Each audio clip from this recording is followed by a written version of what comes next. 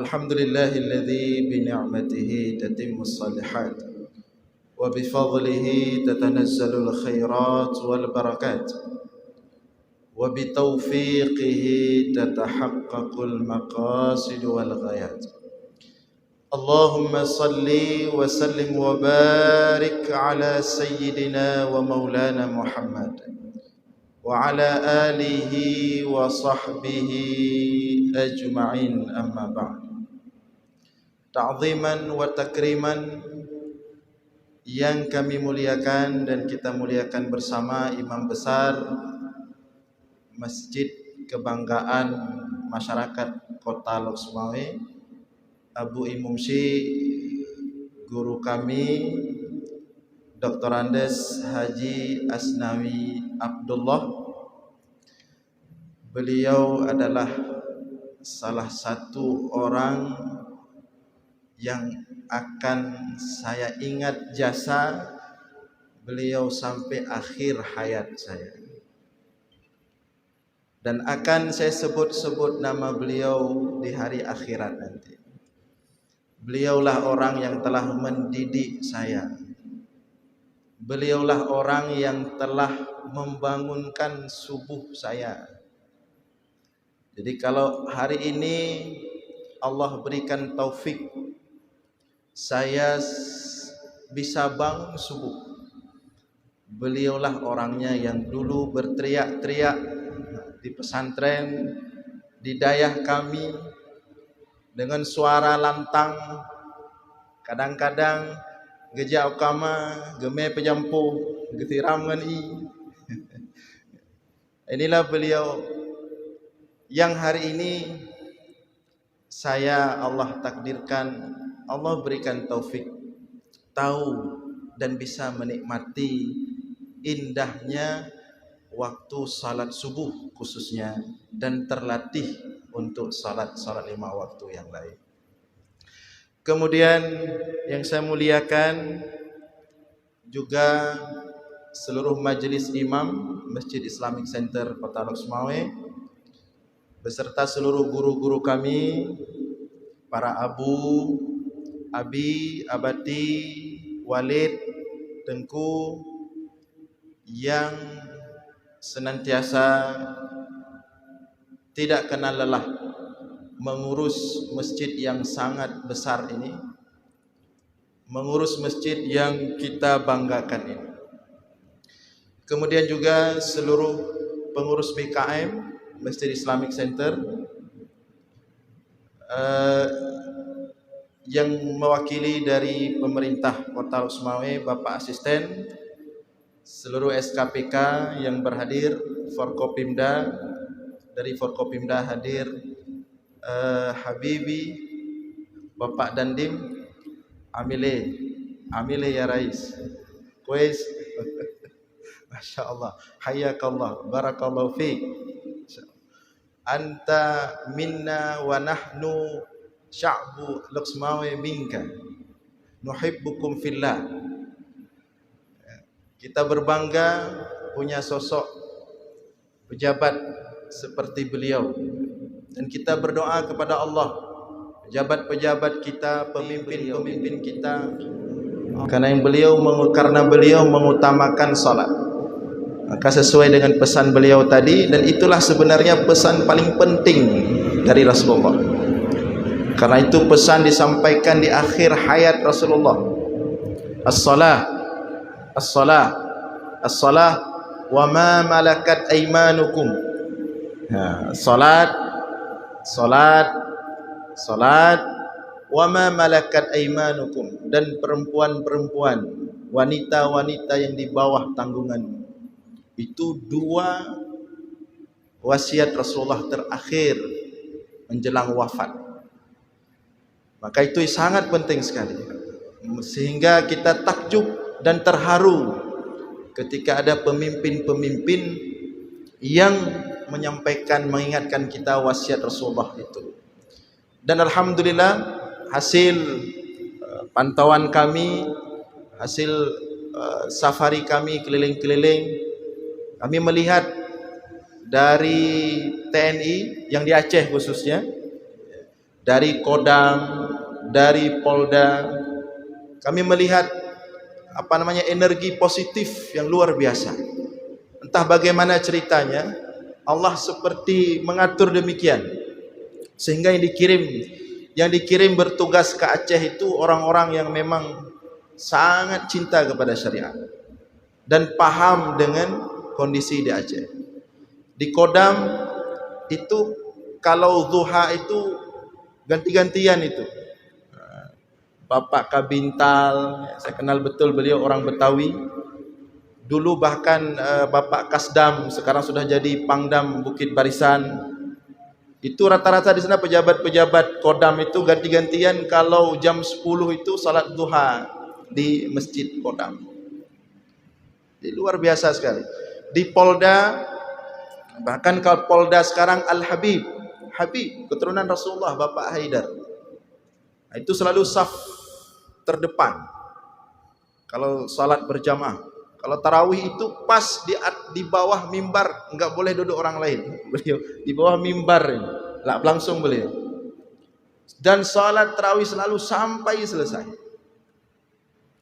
Maka dengan orang-orang seperti ini terdepan dan berada di depan, tentu yang lain yang di bawah-bawah mengikuti, pasti itu. Makanya orang-orang yang punya pengaruh itu beda. Kualitas amal soleh dia itu beda dengan kualitas amal soleh kita. Sehingga ketika Rasulullah mengirim surat-surat ke raja-raja dunia itu, ke raja Persia, ke raja Romawi, ke raja Mesir, itu bunyinya aslim taslam, aslim yu'tikallahu ajraka marratain. Masuklah Islam engkau akan selamat, masuklah Islam pahalamu berlipat. Jadi kalau raja-raja masuk Islam pahalanya berbeda dengan misalnya satu orang masuk Islam selesai dia dapat satu pahala masuk Islam. Tapi kalau raja-raja yang masuk Islam itu pahalanya berbeda. Apa maksudnya? Karena kalau raja-raja itu masuk Islam pasti dia akan membawa di belakangnya orang yang sangat banyak sekali rakyatnya untuk masuk Islam. Maka pernah saya sampaikan ketika dulu saat wali kota Banda Aceh, Ibu Eliza, saya sampaikan dalam acara seperti inilah. Saya sampaikan Anda perempuan, tetapi sekali waktu salat, pahala Anda itu melebihi 100 kali salat. Saya sampaikan seperti itu. Anda perempuan tidak wajib, Anda tidak sunat salat berjamaah di masjid. Tapi sekali Anda salat walaupun di rumah, karena dia perempuan waktu itu, ya. Pahala salat Anda itu 100 kali lipat. Dia sekali salat zuhur, gaknya 3 sembahyang lehu, pahala sembahyang lehu 3 bila Allah. Kenapa? Karena dia buat peraturan. Di balai kota itu dia buat peraturan, dia tempel peraturan 15 menit setiap sebelum salat zuhur dan asar, semua kegiatan di balai kota itu harus dihentikan. Nyaurina balai kota deh. 15 menit sebelum azan zuhur dan asar itu harus dihentikan semua kegiatan, rapat-rapat semua hentikan, dan semua pegawai itu harus ke musala. Itu bisa ditanyakan sampai sekarang.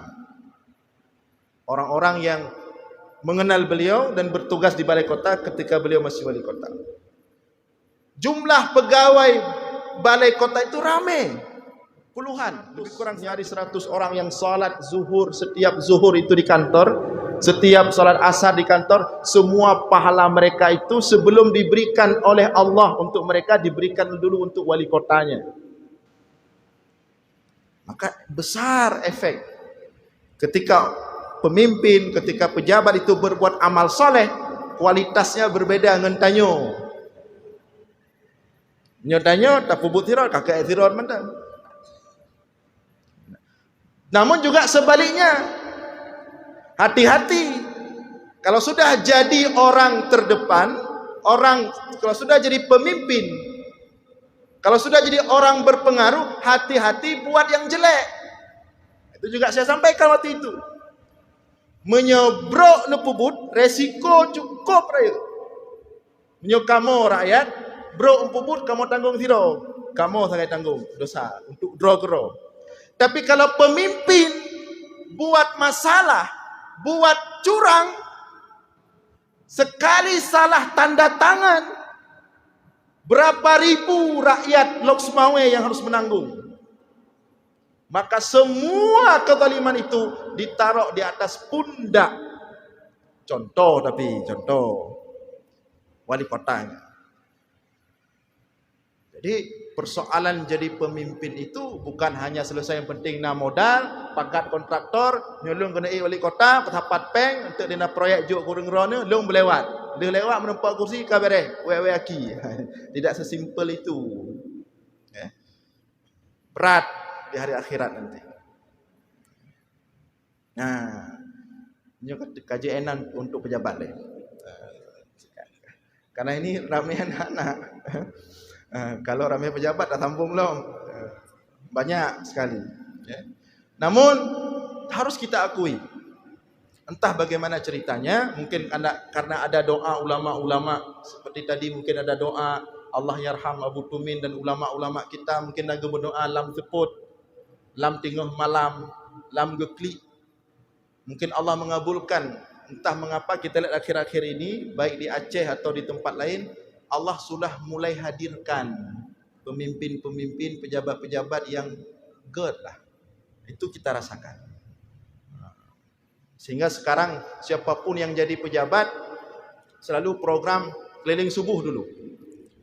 Nah, itu sudah sangat luar biasa itu. Masalah nanti walaupun ada niatnya macam-macam, itu lain cerita. Ya. Karena ada juga nanti musim caleg ramai yang ajak keliling subuh.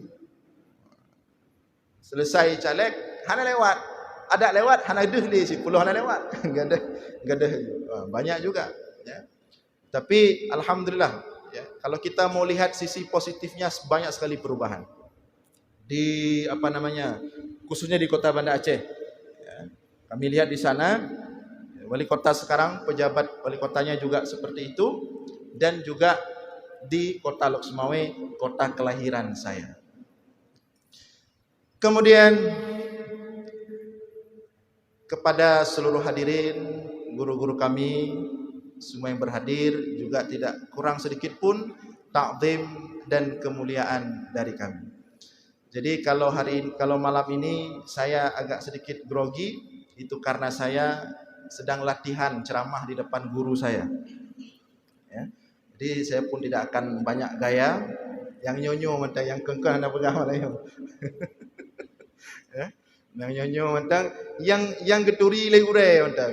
Nyoi musalina wai, cocok pegang habal lagi dro ya wai. Be agak mendek belain. Yang ken dro ya, be samping keun lagi kan. Jadi yang nyonyo mentang. Nah, jadi alhamdulillah sebagaimana disampaikan tadi oleh guru kami bahwa perayaan Maulid pada malam ini walaupun tadi disampaikan dengan bahasa sesederhana mungkin, tapi ini tidak sederhana ini. Ini perayaan Maulid yang luar biasa. Dahsyat ini. Sebelum Maulid ada zikir dulu.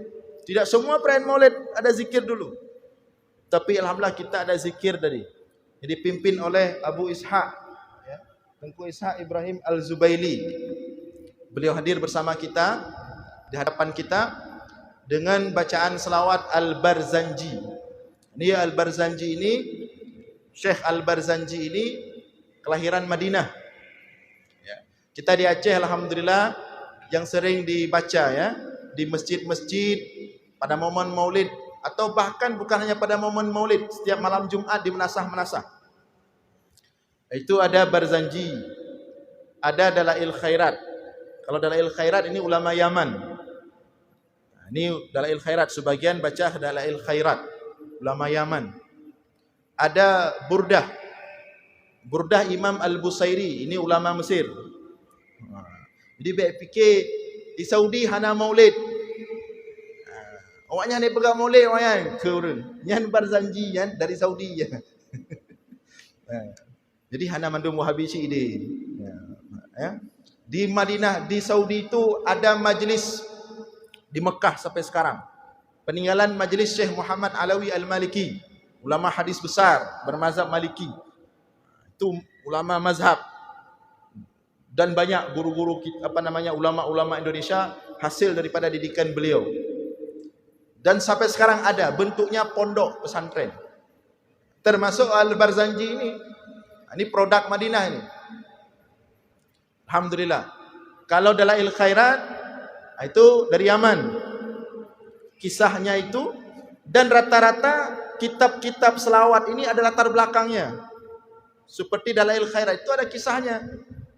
Bahwa suatu ketika Syekh pengarang Dalail Khairat itu kondisi paceklik di Yaman, kering kerontang, kemarau, tidak ada air. Dia digejak uman, toi kering.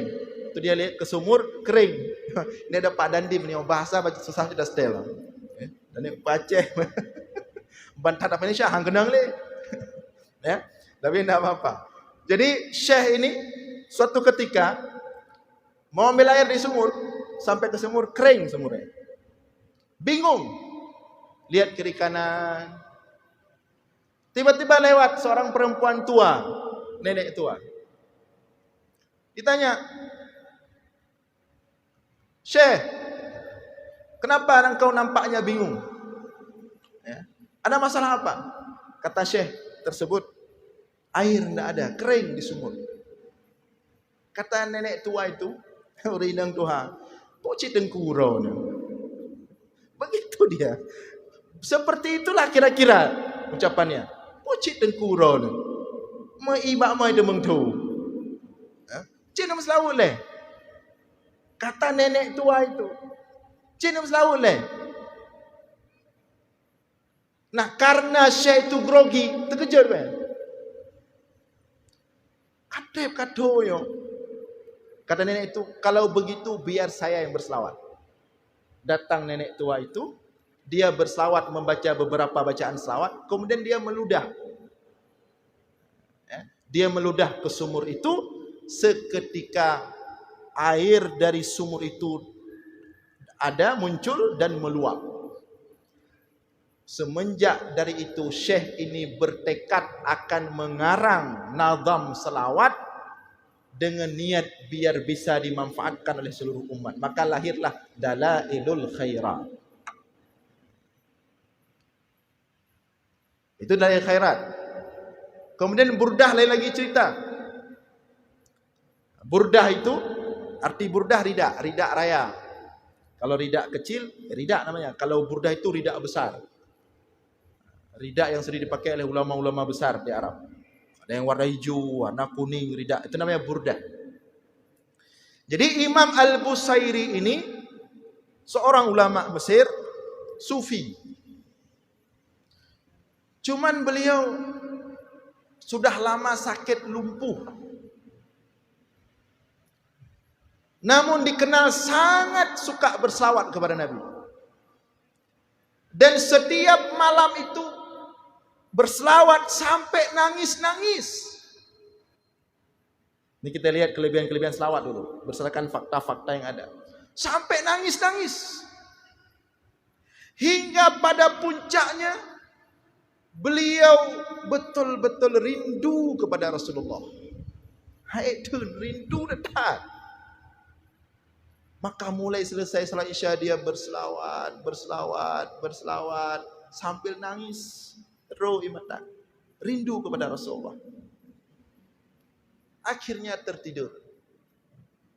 Dalam tidurnya datang Rasulullah. Diambil burdah. Ini dasar namanya burdah. Biar nampak pekan gebuhunan burdah. Nan Syekh Al-Busairi pekan nan kasidah burdah.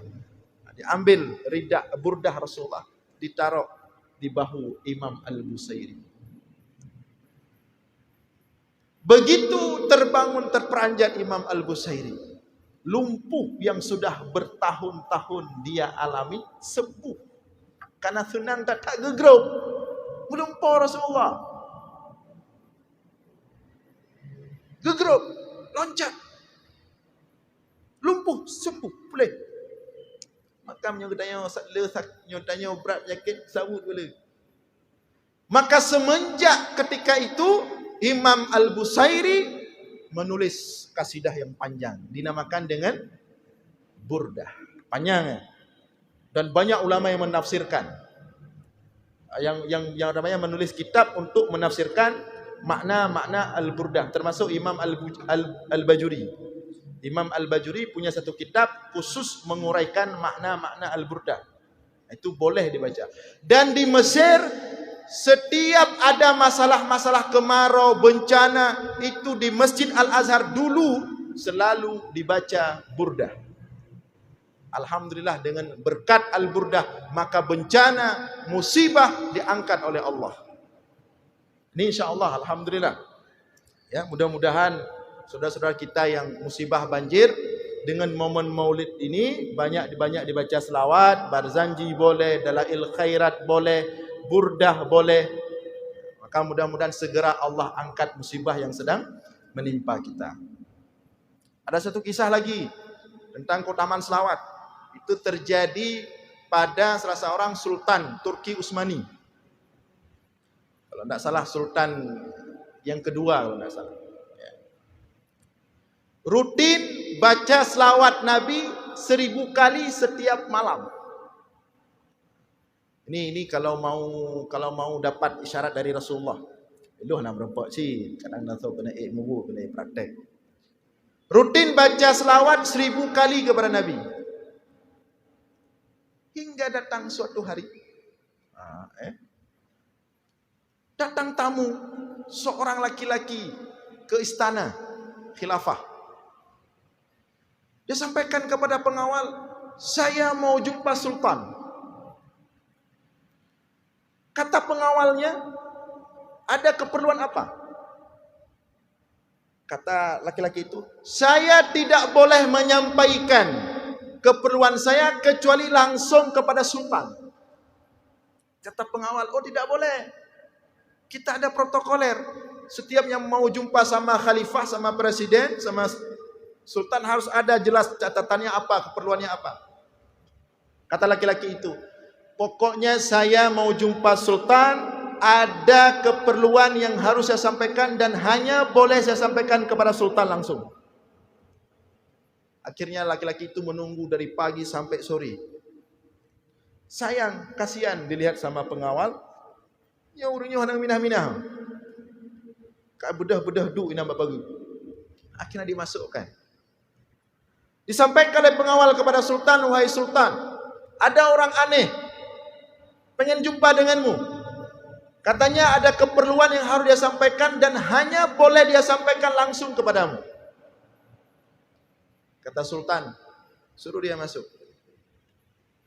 Begitu laki-laki ini masuk berhadapan dengan sultan, sultan dengan duduk.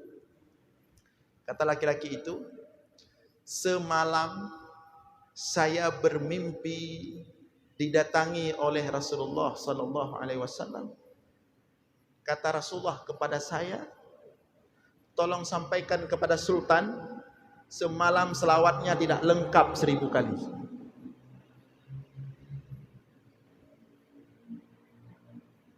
Tolong sampaikan kepada sultan, Rasulullah yang berpesan melalui laki-laki ini. Tolong sampaikan kepada sultan, selawatnya semalam tidak lengkap 1000 kali. Dia biasa berselawat 1000 kali sebelum tidur. Maka ketika itu terkejut sultan. Sultan itu mengatakan, iya, semalam saya terlalu mengantuk. Dengar tetap. Tertidur, belum lengkap selawat saya 1000 kali. Kemudian kata laki-laki itu, saya hanya ingin menyampaikan itu saja wahai sultan. Bangun sultan, dibuka laci, diambil 100 dinar, sudah terbungkus. Ambil 100 dinar, terima kasih, ini hadiah. Diambil sama laki-laki. Begitu dia mau balik, kata sultan, tunggu. Diambil lagi 100 dinar, dikasih lagi. Ini hadiah untuk kamu. Begitu dia mau balik, sultan kata lagi, tunggu. Diambil 100 dinar lagi, dikasih lagi. Begitu dia mau keluar, sultan berkata lagi, tunggu. Diambil 100 dinar lagi, dikasih lagi. 400 dinar. Laki-laki yang datang itu sudah 1 bulan dikejar-kejar hutang 400 dinar. Dia berjumpa dengan seorang ulama, dia tanya apa solusi. Kata ulama itu, kamu 24 jam berselawat. 24 jam dia berselawat dengan niat agar hutangnya lunas. Datang Rasulullah, justru Rasulullah suruh dia datang ke sultan. Sampai ke sultan, dia sampaikan pesan Rasul, tidak minta uang. Justru dari sultanlah dia dapat 400 dinar, kemudian 400 dinar itu dia pakai untuk bayar hutang. Jadi yang lele hutang belum selalu. Tapi kong kredit. Hutang-hutang yang good, ya. Kredit jujit, tapi kredit murabahah. Kredit syariah, ya. Nah, ini beberapa cuplikan bagaimana kelebihan berselawat. Makanya Ibnul Qayyim Al-Jauziyah itu menyebutkan ada 40 lebih keutamaan, fadilah, faedah daripada berselawat kepada Nabi Muhammad sallallahu alaihi wasallam. Maka oleh kerana itu banyak-banyaklah berselawat kepada Nabi. Para pemimpin berselawat banyak-banyak kepada Nabi. Rakyat juga berselawat banyak-banyak kepada Nabi. Kalau kita berselawat banyak-banyak kepada Nabi, insya-Allah negeri kita akan makmur. Contohnya Turki. Turki itu modalnya selawat, zikir, anpaten aja gede. Sampai hari ini di Turki itu majlis-majlis sufi itu dijaga oleh langsung pemerintah. Dikembangkan, dimajukan, diberi tempat, difasilitasi itu di Turki. Kenapa? Karena mereka dapat. Mereka sadar sejarah ketika mereka terpuruk dulu setelah Perang Dunia Kedua. Dengan dibuat majlis zikir besar-besar, dihidupkan tarikat-tarikat, bangkit kembali mereka. Maka sampai uronyo di Turkian udep majlis-majlis zikir. Tarikat-tarikat banyak sekali di Turki, memang dihidupkan sama pemerintah. Jadi momen seperti ini, ya, ada zikir seperti ini luar biasa sekali. Ada zikir, ada majlis taklim, dan ini bentuk cara menghidupkan masjid. Cuman satu, ya, mumpung sedang membahas tentang itu, yang buat itu harus hadir juga. Nyo musuh masjid lain, nyo masjidnya cik mandum hadir. Ada buat majlis zikir setiap malam apa? Ada buat majlis ilmu setiap malam apa? Itu pengurusnya harus hadir juga, ikut gabung. Mana udah beleh pegang jadual, undang, udah apa namanya jalan sendiri, pengurusnya saho-saho. Yang sampai orang kiamat udah. Seperti di kampung-kampung, buat pengajian yang menasah-menasah, buat zikir. Tapi setiap acara pengajian zikir, Pak Geci tidak pernah nampak kepala dusun pulang. Kepala jangan dari depan. Maka itu sampai kapan pun tidak akan hidup. Jangankan kita, Nabi Muhammad sendiri,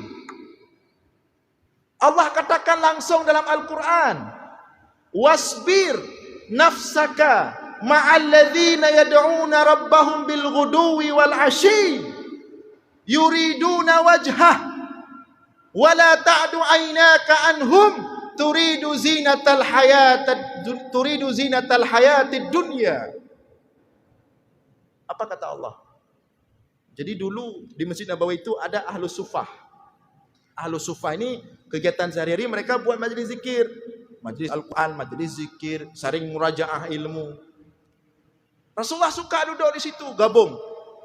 Karena Rasulullah gabung, maka sahabat ikut gabung.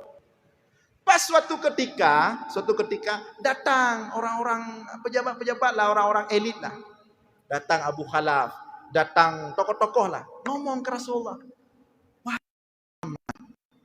kita buat majlis yang lain saja yang lebih elit sedikit lah. Masa kita duduk dengan majlis zikir itu orang-orang, anak-anak itu, kita kan sudah level atas. Datang tokoh-tokoh, ya aku sibuk urus. Kita duduklah ke sana. Kita buat satu majlis sendiri yang selevel dengan kita lah. Rasulullah niat baik, ingin agar tokoh-tokoh ini tercover juga.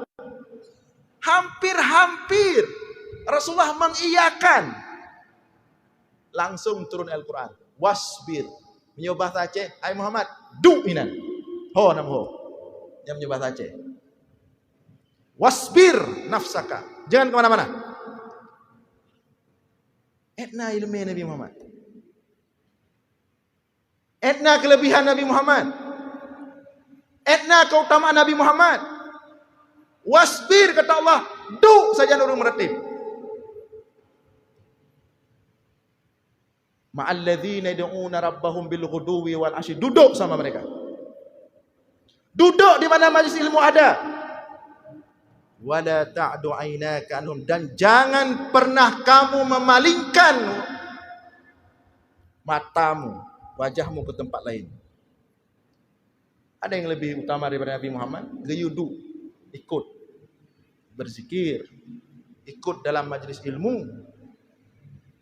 Jadi tidak boleh kita kadang-kadang udah buat majlis ilmu, udah kita buat apa, udah datang ininya, udah jalan, kagedayo yang pegang kata bau sahodo.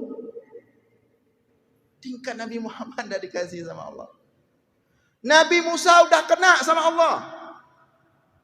Nabi Musa suatu ketika berceramah di depan Bani Israel ribuan. Menangis pendengarnya. Roi mata madu, sedih sekali, mantap ceramahnya. Nabi Musa pun merasa tenang, ya, senang karena ceramahnya menghasilkan. Karena Nabi Musa sebelumnya susah ceramah, ada uqdah, susah kalau bicara itu susah dipahami sama orang. Maka selalu berdoa, wahlul uqdatam min lisani. Akhirnya dibuka oleh Allah. Hilang uqdah, fasih ucapan Musa, sehingga siapapun yang mendengar langsung terkagum-kagum, terpukau, terpesona. Hingga suatu ketika Nabi Musa berceramah di depan Bani Israel, jumlahnya ribuan, nangis semuanya. Selesai ceramah, datang seorang Bani Israel. Wahai Musa, mantap sekali ceramah, hebat sekali, hantam lo ningo. Cara pujo, yang bahaya orang pujo-pujo gini. Salah-salah habis tu. Mantap sekali, hebat sekali. Hana orang lain lagi orang tu. Kita yang tu, apakah wahai Musa?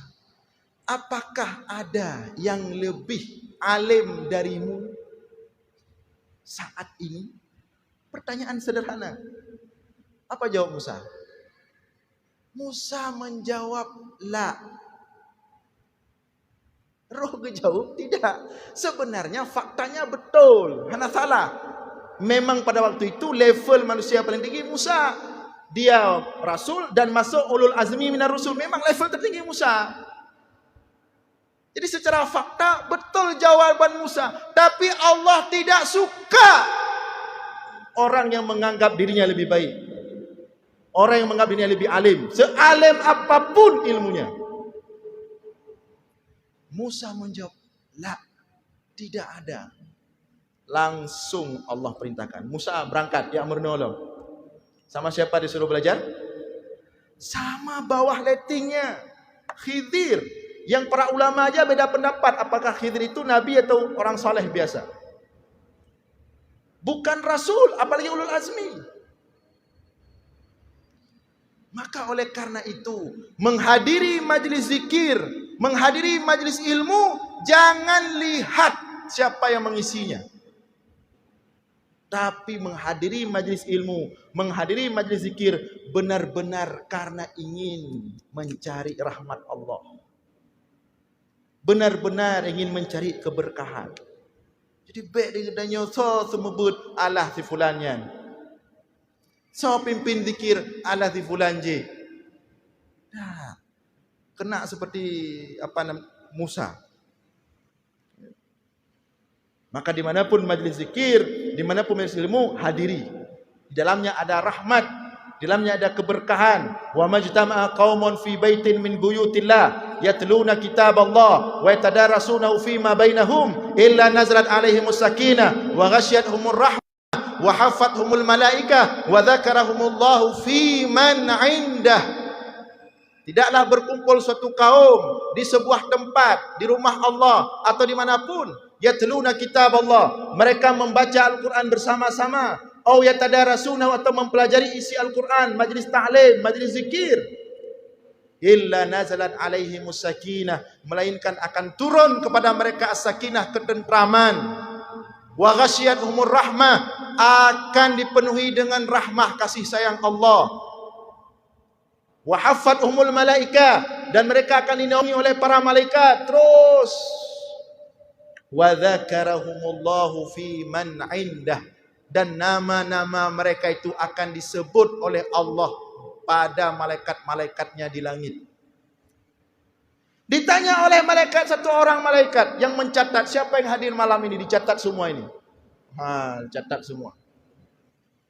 Ya, sama malaikat lapor sama Allah, ini catatan yang hadir malam Maulid Islamic Center. Ini. Kata satu malaikat, wahai Allah, di antara mereka ada satu orang yang saya bingung, saya masukkan dalam daftar hadir atau tidak. Ini orang enggak di masjid, tapi dia duduk di depan sana. Dulu kan ada orang jualan-jualan di situ. Anak kita mengkenal, duduk di luar di tepi tok. Dia bukan datang ke sini, cuma duduk di luar sana. Ketika dia datang, dia dengar ada orang berzikir, ada orang majlis taklim duduk di luar, tapi malaikat tanya, ini nama ini orang ini bagaimana wahai Allah? Kita masukkan atau tidak? Kata Allah, haula'i qaumun la yashqa jalisuhum. Mereka ahli zikir, mereka ahli ilmu. Kalau mereka sudah berkumpul mengadakan ilmu, mengadakan zikir, siapapun yang duduk di dekat mereka tidak akan celaka selama-lamanya. Yang hidup pulau yang hino. Maka kalau mau selamat hari akhirat, merasa diri ibadah sedikit, datang ke majlis ilmu. Bek gaduh peti mangga. Jangan mentang-mentang umur sudah apa, ilmu sudah ini, enggan datang. So, ala nak mi yang pimpin zikir.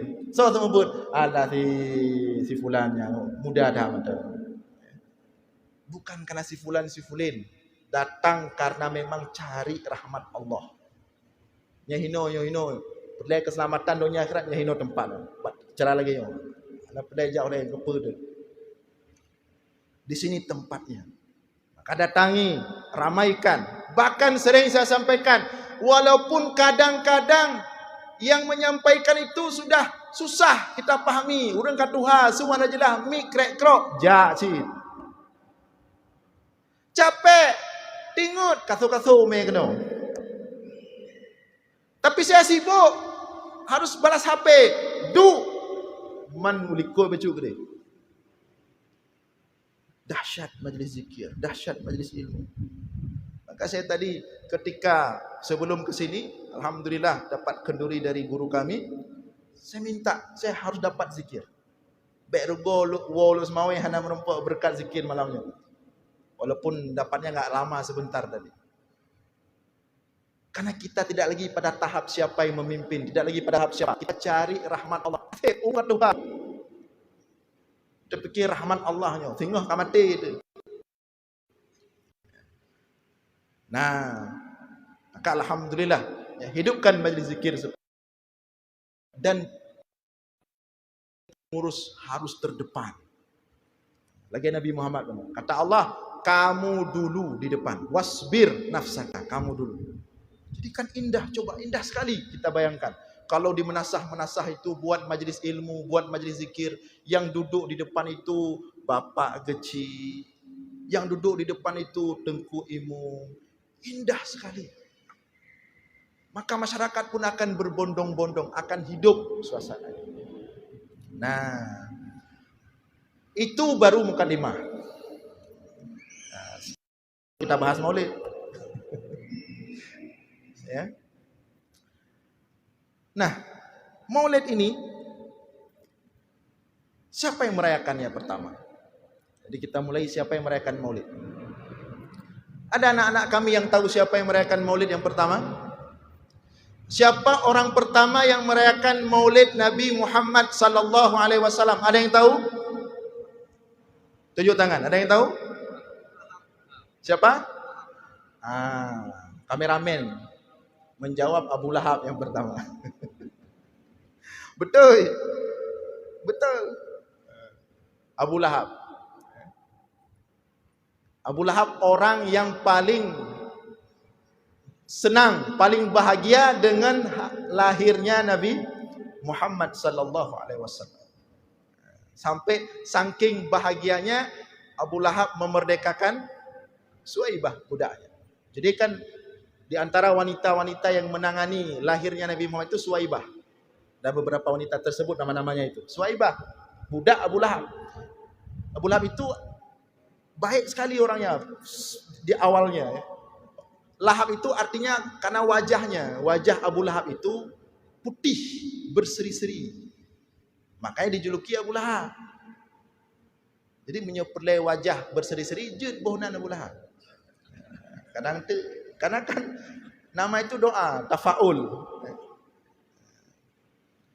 Jadi Abu Lahab itu baik sekali orangnya, sangat sayang pada ponakannya.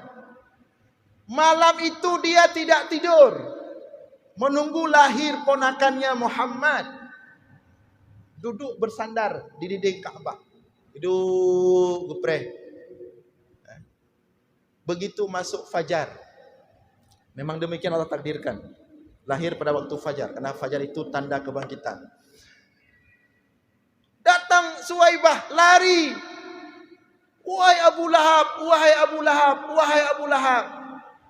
Ponakanmu Muhammad telah lahir.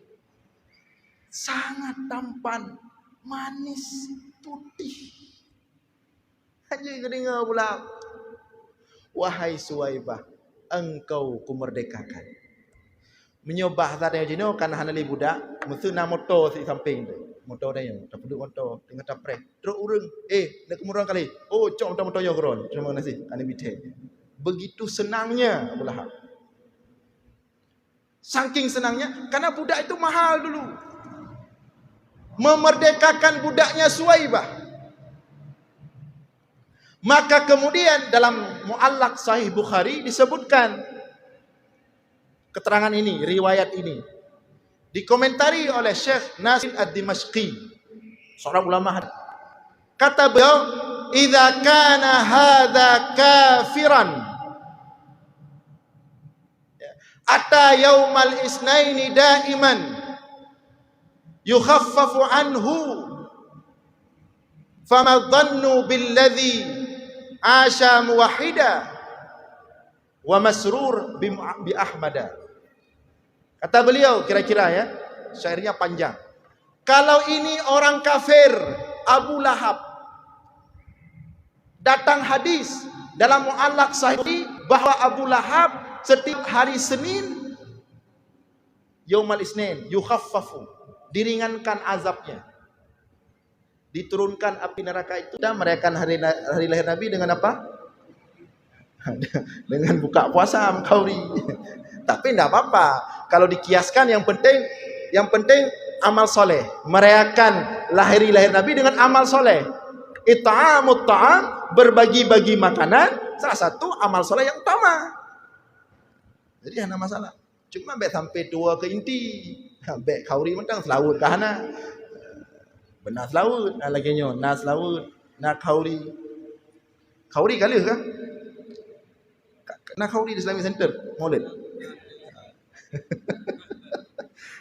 Kada hana ini tapi di kampung-kampung masing-masing na orangnya. Tapi saya terkejut ya. Baru kali ini saya dengar di Lok Semawe itu perayaan Maulidnya subuh. Di beberapa tempat. Belum baru depu. Termasuk yang punya Pemko. Pemko tadi subuh, benar subuh, pagi. Tadi subuh. Ini luar biasa ini. Saking semangatnya subuh mulai Maulid. Di Masjid Al-Mabrur, Melasah Masjid, juga subuh. Ini gebrakan baru ini dari Lok Semawe. Perayaan Maulid pada waktu subuh. Walaupun prediksi saya kenapa dibuat subuh, karena subuh ramai orang. Menyolih subuh kami tahu tu. Ya. Tapi itu positif juga. Artinya kalau pertimbangan subuh ramai orang, berarti menunjukkan subuh kita sekarang sudah hidup. Ramai orang. Makanya dibuat pada waktu subuh. Jadi kalau ada orang yang bertanya, siapa yang merayakan Maulid? Rasulullah sendiri. Dan bukan hanya Nabi Muhammad saja yang merupakan seorang nabi yang bangga dengan hari kelahirannya dan merayakan hari kelahirannya, tapi ada nabi-nabi yang lain. Dalam Al-Quran ada 2 orang nabi yang mengucapkan hari lahirnya. Ada yang tahu? Yang pertama Nabi Yahya. Apa kata Nabi Yahya dalam Al-Quran? Kata Allah, ala lisan Yahya, wassalamu alayya yawma wulidtu wa yawma amutu wa yawma ub'atsu hayya. Itu ucapan Yahya.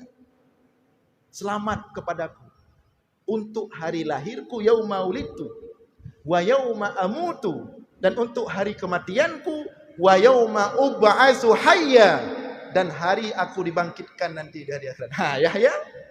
Yahya mengucapkan selamat untuk hari lahirnya. Nabi Yahya ucapkan kero. Jadi kira-kira menyogedanya Maulid hendak ucapkan kero ju. Kan tayo orang lahir tu, ulang tahun tayo. Maksud singoh ulang tahun tayo. Tapre hendak ucapkan siro pi. Ngon rame di ulang tahun hendak depu pi. Nya ucapkan kero ju. Pegak ju status Facebook, selamat hari ultah untuk saya sendiri. Ikut gaya siapa? Nabi Yahya. Kemudian Nabi Isa, atau sebaliknya nanti dilihat lagi dalam Al-Quran, Nabi Isa. Tapi Nabi Isa Allah yang ucapkan, wassalamu alaihi yauma wulida wa yauma yamutu wa yauma yub'atsu hayya. Kata Allah dalam Al-Quran, selamat kepada Isa pada hari dia dilahirkan, pada hari dia mati, pada hari dia dibangkitkan. Jadi ucapan selamat ulang tahun itu juga tersebut dalam Al-Quran. Yang satu disebutkan oleh Nabi untuk dia sendiri, yang satu Allah sebutkan untuk salah seorang nabinya tadi, Nabi Isa atau Nabi Yahya. Jadi sehingga ini menjadi dalil yang sangat kuat bahwa hari lahirnya Nabi kita harus mengucapkan selamat. Termasuk hari lahir kita sendiri, kita harus mengucapkan selamat. Kedua itu sebagai wujud syukur kepada Allah. Kagak pelahir bersyukur. Dan itulah sebenarnya di antara makna syukur. Qul bi fadlillahi fabidzalika falyafrahu. Atas karunia Allah hendaklah orang-orang beriman itu bersyukur. Salah satu karunia Allah, Allah telah lahirkan kita ke dunia ini. Maka setiap kita hari lahir, kita bersyukur kepada Allah. Bagaimana bersyukur? Buat amal, sedekah anak yatim. Dia begitu hari ulang tahun, sedekah anak yatim. Kalau mau buat acara silahkan. Acara kenduri, bagi-bagi makanan, it'amut ta'am, itu amal soleh juga. Maka menyotaplah je. Ya. Jadi jangan kemudian dikatakan maulid itu tidak boleh, maulid itu ini, maulid itu. Menyotaplah si jioh lah merempak tu. Mandum je pegak ulang tahun tu. Karena mangan tu. Itu dari Nabi Muhammad sallallahu alaihi wasallam. Kemudian yang merayakan ulang hari Maulid mulai bentuk perayaan paling besar itu, ini yang jarang diketahui oleh orang. Kalau Nabi merayakan Maulid dengan berpuasa. Adapun perayaan Maulid dalam bentuk khauri yang besar itu mulai pada dinasti Abbasiyah. Tahukah kita siapa yang menginisiasinya? Ternyata yang menginisiasi Maulid dalam bentuk perayaan besar, kenduri, makan-makan, itu adalah seorang perempuan. Urina. Kan uragam rupanya. Uragam leho tu. Hati makan-makan baru teruk. Yang menginisiasi maulid dalam bentuk kenduri besar itu ternyata perempuan. Namanya Khaizuran. Siapa Khaizuran ini? Istri Khalifah Al-Mahdi, anak daripada Al-Mansur, Khalifah ketiga pada masa dinasti Abbasiyah. Istri beliau. Urinang. Makanya betul hana salah. Urinang galak makan-makan. Maka beberea tumbun-tumbun urinang. Buntok-buntok. Suka makan-makan. Dan yang menginisiasi maulid dalam bentuk kenduri besar itu Khaizuran tadi. Istri daripada Al-Mahdi, Khalifah ketiga dinasti Abbasiyah. Ibu daripada Khalifah Al-Hadi dan Khalifah Ar-Rashid. Seorang perempuan, suaminya Khalifah, dua anak laki-lakinya Khalifah. Maka selama 3 Khalifah tersebut, itu kenduri maulid besar-besaran. Saya ingin sekali kalau ada momen ingin menyampaikan, misalnya ada acara apalah di Pemprov di sana di Banda Aceh, saya ingin menyampaikan seandainya maulid itu dibuat meriah di Walinangro. Disitulah tempat sebenarnya. Di menyujud deep tune di Acehnya. Yang kena puas sejarah awal. Nyan bak istana yang kau wilayah istana dalam penurunan. Tepat di sana kan? Istana Aceh ya. Anak apa lain di Aceh yang 40 miliar mertuh miliar ya. Akan sangat indah itu kalau di sana dibuat maulid, diundang perwakilan seluruh Aceh. Sentralnya Masjid Raya dengan Istana Aceh itu. Saya dengar informasi dulu sudah pernah jamun katanya. Jadi perwakilan daerah-daerah itu bawa kenduri, bagaimana caranya, atau masak dia atau kiban lah. Lagi acara pekan budaya juga. Perwakilan bawa di istana.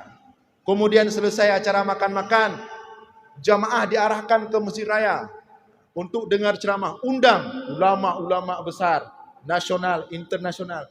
Nyan baru ada orang pakai dalam padang tadi. Kita punya istana sendiri. Walaupun panjanglah cerita Belang Padang itu ya, itu memang wakaf dasarnya. Tapi ya panjanglah ceritanya. Nah, seperti itu kalau mau dibuat. Dan pemerintah harus terdepan. Kalau enggak sayang dengku-dengku, ketika buat maulid dah ada orang, ujung-ujung biar cok santri me. Pemerintah terdepan. Wajibkan semua SKPK semua pegawai terdepan. Kemudian Muspika juga demikian, wajibkan semua datang. Kita ingin buat maulid ini betul-betul berkualitas. Dengan cara buat yang agak modern sedikit. Kalau bisa ceramah itu jangan jadi momen utama ceramah itu. Dengan dunia digital sekarang 4.0 berkerenlah acara. Backlight ceramah lagi awal. Ceramah pi pula daim dari ngawi. Masuk dong yo. Ya. Buat yang lebih mantap, buat audio visual. Undang ulama-ulama, pegahaban sampai lele tapi langsung mengena, bersahaja. Coba misalnya kalau maulid itu kayak di Al-Azhar. Al-Azhar itu Mesir. Itu ketika maulid itu diundang ulama-ulama besar. Duduk mereka, berbaris. Yang lagi yang masuk ubena ulama kedanya. Ini di kota Banda Aceh Jakarta, tak undang kena, tak mulia. Setiap satu mereka bicara 10 menit saja. Tapi karena mereka memang ulama-ulama, berkah lebih baunya, ilmu lebih baunya. Tikrek-krek siapa ke pegahaban mentang mesap-sap tadi. Itu yang menumpak berkah. Tidak seperti ceramah kita sekarang ini atau yang lain-lain. Buat panggung beberaya. Ceramah. Orang ceramah 50 meter deh. Jamaah ini. Yang secara keberkatan matang kapetuh. Dia majlis ilmu itu harus seperti ini. Dekat keberkatannya. Kemudian Setelah bentuk seperti itu, ceramah berjam-jam, poh sa, poh dua. Tengah subuh, mesti rawan nak teruk masjid. Pakon head ceramah, gap dah ceramah berkelam, kah nak teruk le masjid. Untuk apa? Ada yang perasa ceramah, pokoknya mantap dah. Hampir-hampir dah kira. Bedah-bedah duk dah kira. Tapi isinya tak dapat. Tujuannya tak dapat. Rasulullah ketah nak merempak je dia. Deep tone pegat ceramah, maulid hana merempak Rasulullah. Dah Rasulullah yang hana ada. Seperti orang solat apa itu? Solat malam nisfu Sya'ban. Kan ada hadis, barang siapa yang mendirikan solat pada malam nisfu Sya'ban, atau barang siapa yang menghidupkan malam nisfu Sya'ban, maka diampunkan dosanya setahun yang lalu. Maka begitu malam nisfu Sya'ban, penuh masjid. Ini Banda Aceh penuh malam nisfu Sya'ban. Undang penceramah-penceramah. Penuh masjid. Jadi hai lo fikir pu dah pegahnya ceramah nisfu Sya'ban. Saya sampaikan. Ini setelah malam ini nisfu Sya'ban penuh jamaah. Kalau bisa besok subuh seperti ini juga. Jangan malam ini penuh nisfu Sya'ban, penuh masjid. Besok subuh tidak datang lagi. Karena dosa kali kepampul mandum situn. Jadi anak teruk leh tiga. Pereh doka lah. Berojak lah masjid. Jadi kadang-kadang kita sekarang dalam membuat acara itu, substansi itu jadi hilang. Karena mohon substansi. Ini perlu kita jaga. Substansi. Substansi ceramah itu apa? Substansi tausiah itu apa? Dan sesuaikan dengan momen. Saya pernah menyampaikan dalam ceramah Pemprov. Kalau tidak salah waktu itu Isra Mi'raj. Sekarang substansi ceramah itu harus mengarah bagaimana perbaikan birokrasi pemerintah.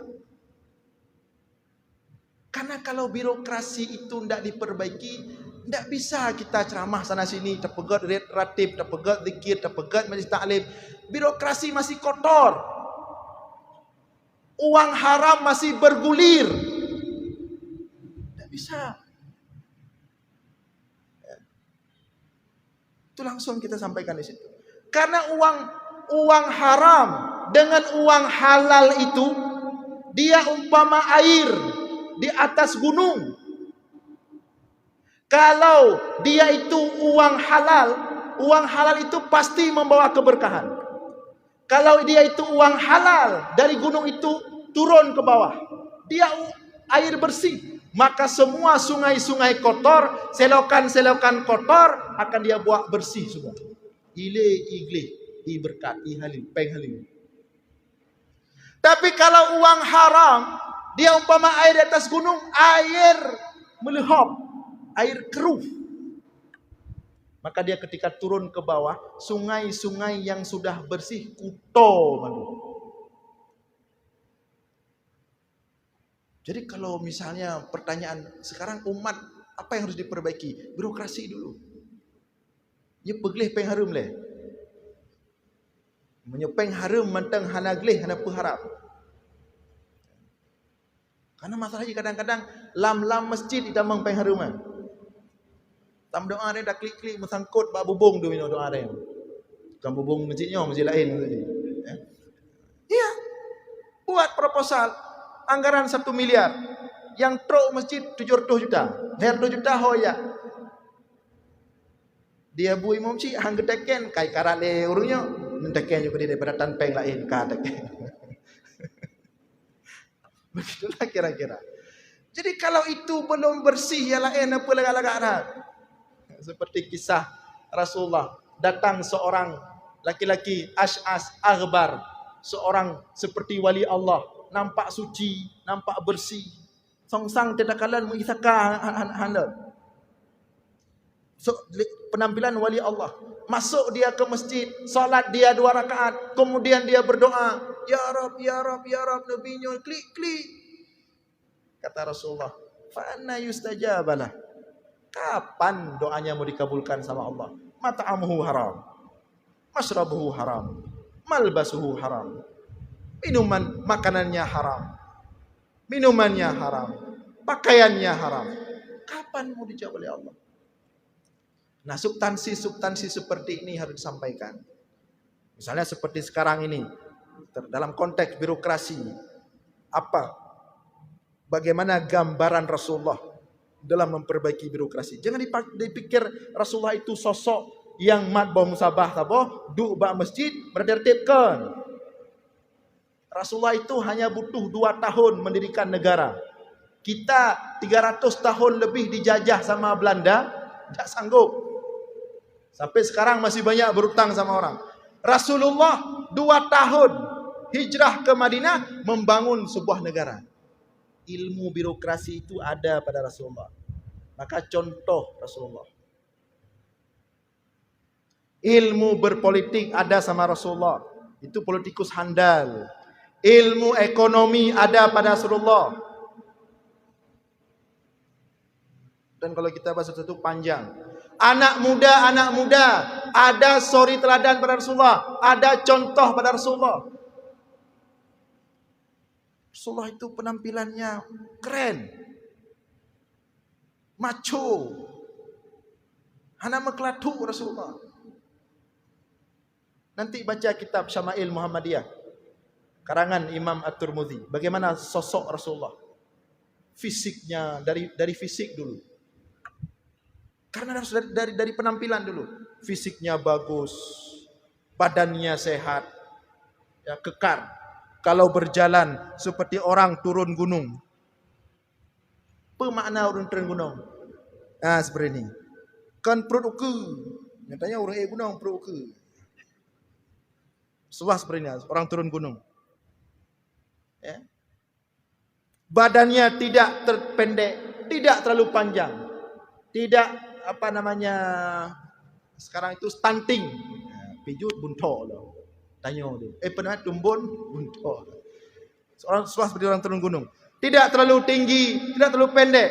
Kalau berdiri di antara orang tinggi dan orang pendek, maka berkat Rasulullah, orang terlalu tinggi itu, orang terlalu pendek itu jadi toto sejajar. Rasulullah. Wajahnya itu tidak terlalu bulat, tidak terlalu memanjang. Wa kana baina dzalika, tengah-tengah. Wajah Rasulullah. Licinnya Masya Allah, licin, putih, berseri-seri. Licin wajah Rasulullah. Maka wudu Rasulullah itu cukup dengan 1 mud air. Rasulullah kalau mandi wajib 2 mud. Dua segini. Kira-kira 2 liter lah. Mandi wajib Rasulullah. Kalau wudu Rasulullah 1 mud, setengah mud, bukan 1 mud. Kalau 1 mud kan segini, orang dewasa. Setengah mud segini. 1 ini air aqua gelas minuman kita, itu wudu Rasulullah. Nyedaya tabuh ember. Pulau mana 2 buah pula. Licin. Kenapa? Wuduk Rasulullah bisa dengan air sedikit, setengah mud itu. Bio geple ile yuian. Nah. Maka saya tertarik dengan analogi ini disampaikan oleh Habib Jindan. Kenapa wuduk Rasulullah itu sangat sedikit air digunakan? Wuduk kita enggak bisa. Karena wajah Rasulullah itu licin. Licin.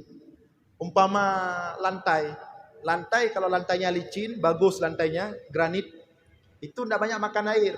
Sedikit air, bio taplei langsung talap. Jadi wajah Rasulullah itu licin, kira-kira seperti itu. Wajah kita itu seperti aspal. Taplei, tapel mutun. Jadi belei. Iya. Licin wajah Rasulullah, licin jernih.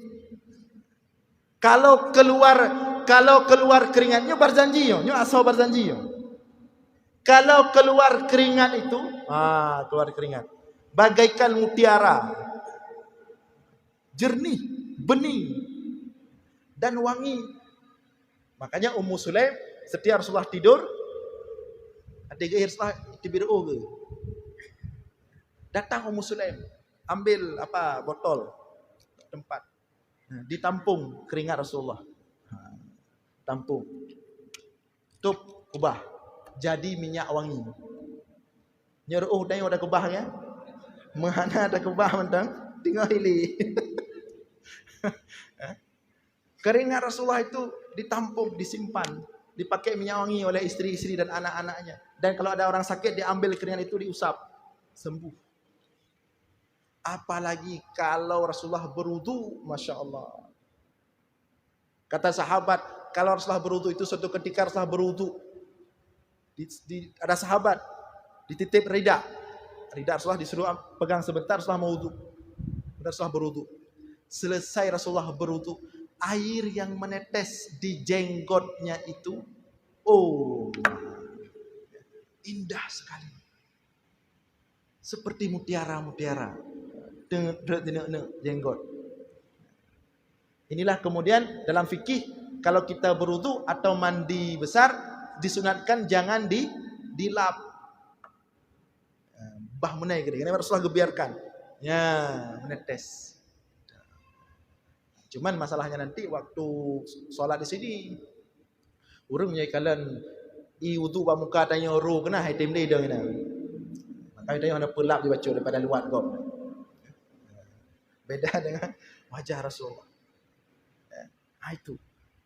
Kalau Rasulullah berdiri di bawah terik matahari, nur fauqa nur tadi. Maka betul ada sahabat yang mengatakan Rasulullah itu bukan manusia, tetapi nur. Itu Hasan bin Sabit yang ngomong dan beberapa sahabat lain. Bukan manusia biasa Rasulullah itu. Nur.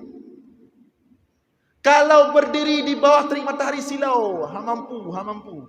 Patah balik silau. Bercahaya Rasulullah. Kalau berdiri di malam hari dalam gelap gulita, terang di sekelilingnya. Dan ini kesaksian para sahabat. Maka sampai abad keberapa itu pembahasan tentang Rasulullah itu manusia atau cahaya itu masih bergulir itu. Karena ada beberapa sahabat yang menyaksikan langsung. Tetapi oleh sebagian ulama lain mengatakan itu bukan cahaya, tapi kebetulan pantulan sinar matahari. Karena Rasulullah terlalu putih, maka pantulan itu seolah-olah menimbulkan silau, sehingga sebagian sahabat melihat itu nur seperti cilak mata. Ini juga para ulama beda pendapat. Sebagian ulama mengatakan celak Rasulullah itu memang Rasulullah taruh sendiri. Celaknya gebuh celak. Maka banyak sekarang orang-orang yang taruh celak. Kenapa taruh celak? Katanya sunnah Rasulullah. Tidak apa-apa, sebagian ulama mengatakan boleh. Tapi sebagian ulama mengatakan celak Rasulullah itu bukan ditaruh oleh Rasulullah. Memang seperti itulah mata Rasulullah, sangat indah sekali. Hitamnya. Jadi kalau orang melihat dari dekat seolah-olah itu celak. Padahal itu bukan celak. Itu Rasulullah. Ya, itu wajah Rasulullah. Rambutnya, ini anak muda. Rambut Rasulullah itu tidak keriting, tidak juga lurus. Seperti itu saja. Hana luruh lagi Cina, hana keriting lagi keriting tayo. Tapi ikal. Lurus, kadang-kadang bergelombang.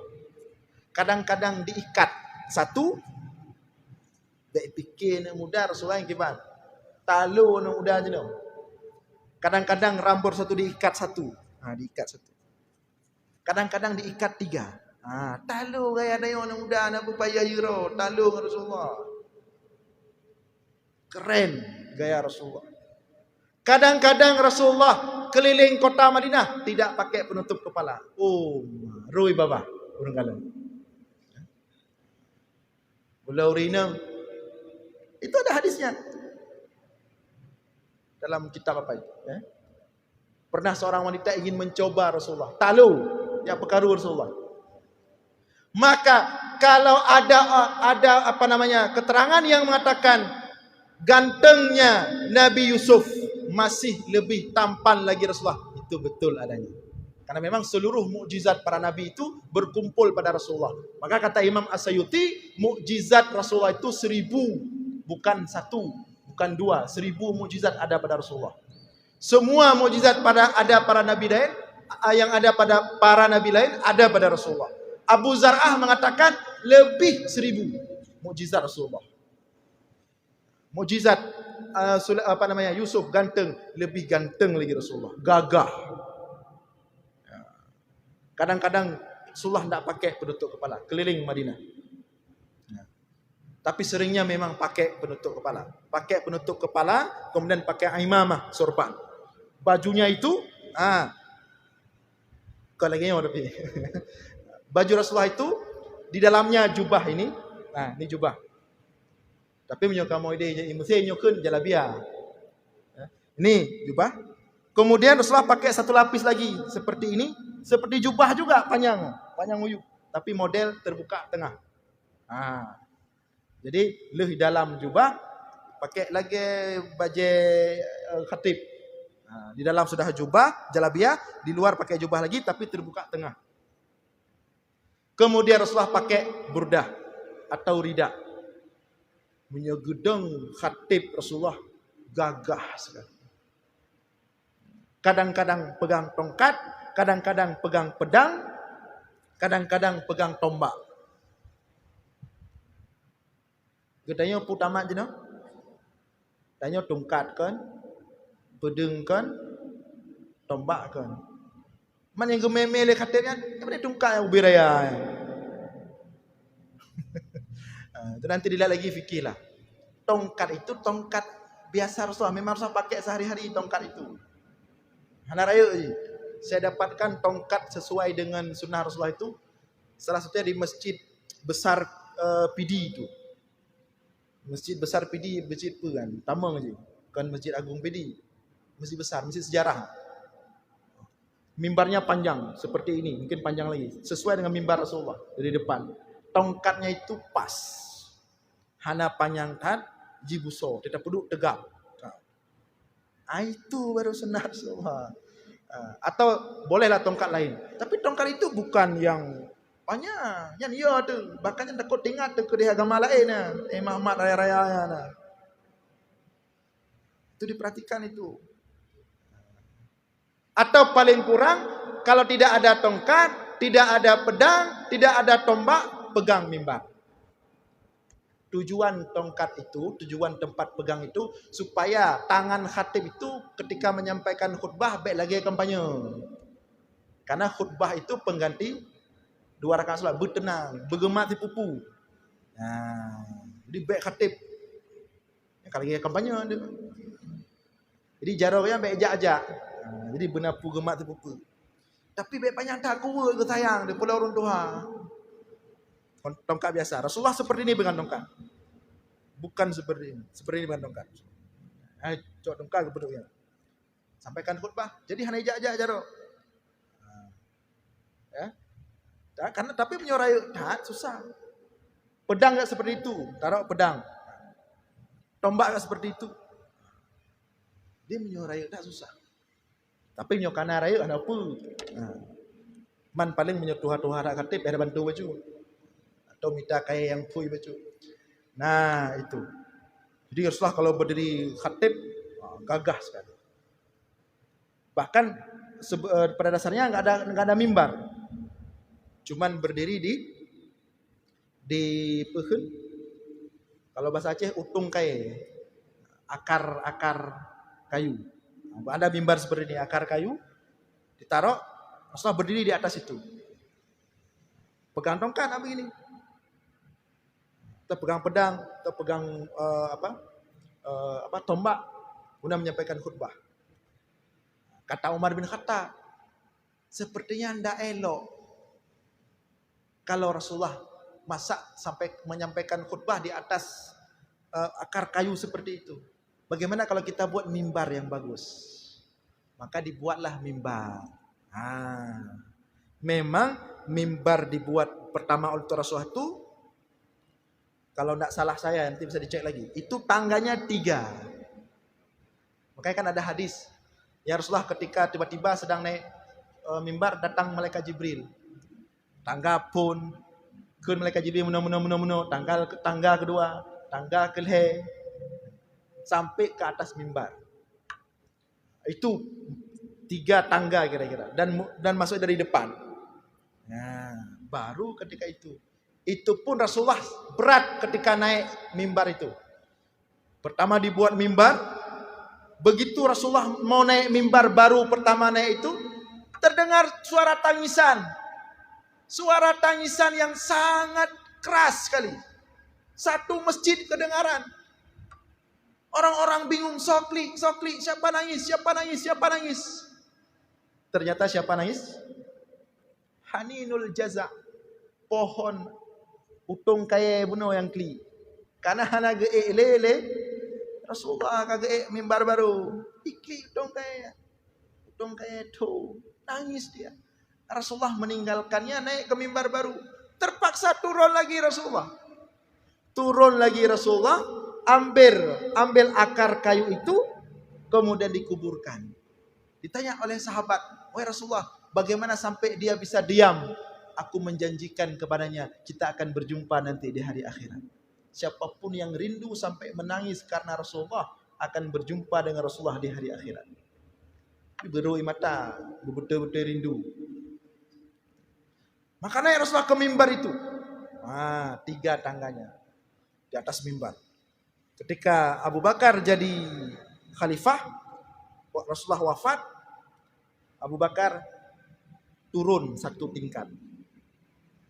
Jaga adab. Bek gedang, bak tempat deng Rasulullah gedren sabuk. Nah, itu pegangan Rasulullah ketika jadi khatib, dan itu pakaian Rasulullah. Gagah. Dan Rasulullah tidak pernah sakit, sehat sampai akhir hayat. Ya. Sampai Rasulullah wafat itu cuman ada bisa dihitung berapa butir rambut putih jitabilun. Sehat sekali. Dan Rasulullah wafat bukan karena sakit pribadinya. Rasulullah wafat syahid, dan semua nabi wafat dalam keadaan syahid. Rasulullah wafat syahid. Kenapa dikatakan wafat syahid? Karena Rasulullah meninggal sebab racun yang kena ketika perang Khaybar. Ketika perang Khaybar kan disuguhkan makanan oleh Yahudi. Kambing panggang. Taruh racun. Karena Rasulullah Nabi dijaga sama Allah. Racun itu bersemayam di badan Rasulullah itu sampai 3 tahun lebih. Maka ketika Rasulullah menjelang wafat itu, beliau sakit kepala karena efek racun. Payah ikat. Ikat kepala, sakit sekali. Kemudian demam, efek racun.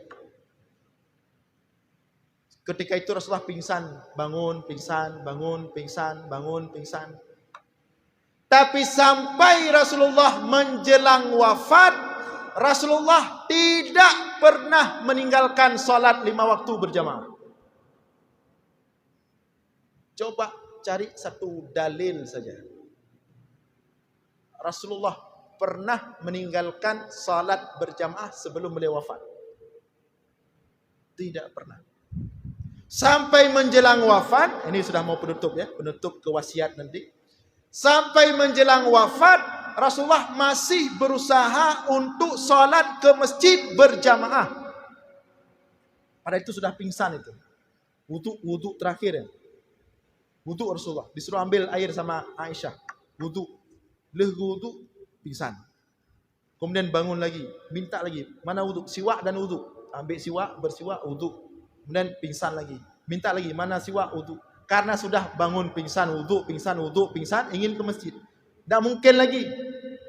Rasulullah sampaikan kepada Abu Bakar, wahai Abu Bakar, jadilah engkau sebagai imam. Abu Bakar berat, tapi melihat Rasulullah sudah bangun pingsan, sadar pingsan, wudu, pingsan lagi, wudu lagi, maka Rasulullah Abu Bakar cepat-cepat bertindak sebagai imam. Sedang Abu Bakar jadi imam solat, tiba-tiba Rasulullah keluar dari rumahnya, masuk masjid. Karena rumah kan nempel dengan Masjid Nabawi, rumah Rasulullah. Nyen kapingsan ni, yang semayang jamaah hana ketinggal. Maka malulah kita yang berilmu. Malulah kita yang sudah tahu. Sedang Abu Bakar jadi imam salat, keluar Rasulullah. Mantenggu usaha. Abu Bakar orang yang paling beradab dengan Rasulullah. Mubacut hanya melewati Rasulullah Abu Bakar. Abu Bakar sedang jadi imam, nampak Rasulullah keluar rumah, langsung mundur Abu Bakar. Kata Rasulullah, makanaka ya Aba Bakrin, wahai Abu Bakar, tetaplah di tempatmu. Abu Bakar tetap mundur. Anggap patuhi Rasulullah. Itu takalan kaedah usul ini. Rasulullah kembali mengulang, makanaka, maksudnya Rasulullah ingin jadi makmum saja, enggak mau jadi imam. Tapi Abu Bakar tak mundur. 3 kali diulang-ulang. Karena Abu Bakar sudah mundur, maka masuklah Rasulullah sebagai imam. Ketika itu imam 2 orang. Rasulullah imam, Abu Bakar makmum, sedangkan jamaah di belakang masih berfikir bahwa imamnya Abu Bakar hendak kasebut. Kalau tidak maghrib malam lah, itu sudah menjelang malam. Jadi Abu Bakar berimam kepada Rasulullah, jamaah berimam kepada Abu Bakar. Setelah selesai salat, Rasulullah bertanya kepada Abu Bakar, wahai Abu Bakar, kenapa engkau tadi tidak patuh pada perintah? Long you bunuh baik mundur pakai mundur. Jawab Abu Bakar, maka nali Abi Quhafata ayyataqaddama baina yaday Rasulillah sallallahu alaihi wasallam. Kata Abu Bakar, tidak layak bagi si Abu Bakar ini berdiri di depan Rasulullah sallallahu alaihi wasallam. Maka mundur Abu Bakar. Hingga lahirlah kaidah al-adab muqaddam alal ittiba. Adab bahkan lebih didahului daripada mengikuti perintah. Tijak urang jino ia fai hadis 2 krek disampaikan agama, dilawan semua ulama, adab hana. Abu Bakar lebih mendahului adab daripada ittiba. Ini pelajaran penting. Dan itulah kemudian menjadi salat terakhir Rasulullah sallallahu alaihi wasallam. Setelah salat itu Rasulullah tidak kembali lagi ke masjid. Kemudian beberapa hari setelahnya Rasulullah pun wafat. Nah, di bagian akhir wafat itu, itulah tadi wasiat yang disampaikan oleh Bapak Dandim, as-salah, as-salah, as-salah, wa ma malakat aimanukum. Jagalah salat, jagalah salat, jagalah salat. Kita jaga salat, pastikan keluarga kita salat. Wa'mur ahlaka bis salat, wastabir 'alaiha. Perintahkanlah keluargamu untuk salat. Apakah enak? Mudah? Tidak. Makanya Allah katakan wastabir, bukan wasbir.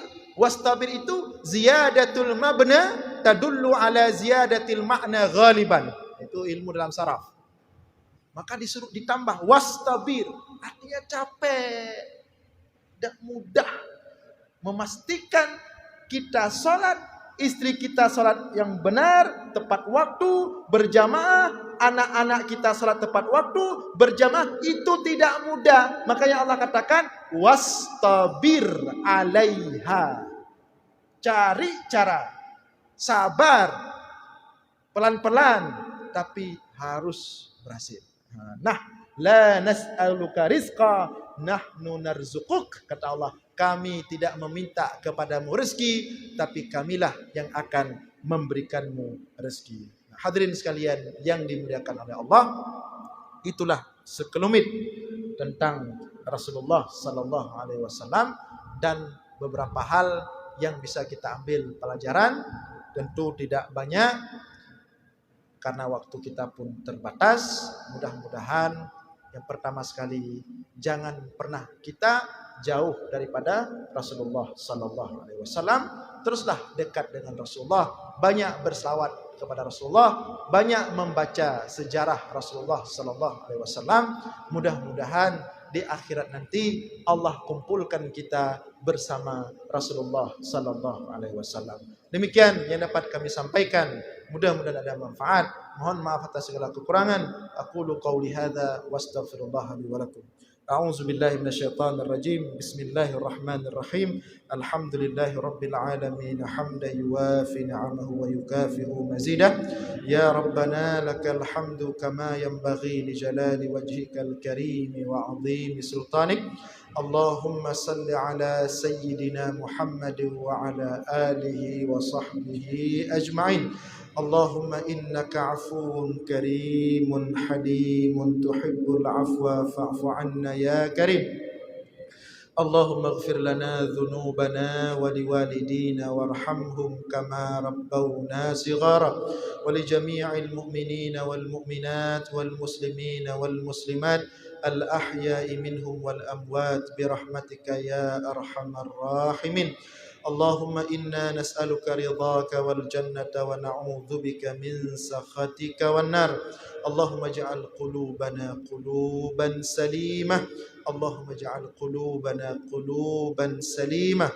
Allahumma ij'al qulubana quluban salimah. Allahumma ij'al jam'ana hadza jam'an marhuma wa tafarruqana min ba'dihi tafarruqan ma'suma.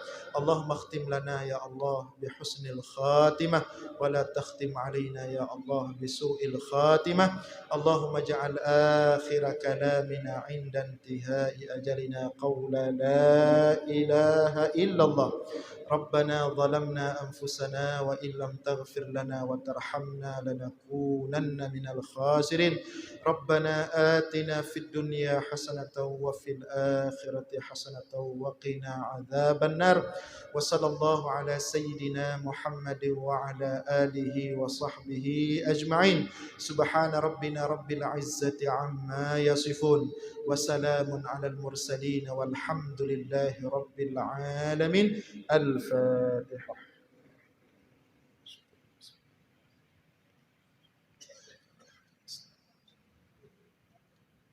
Assalamualaikum warahmatullahi wabarakatuh.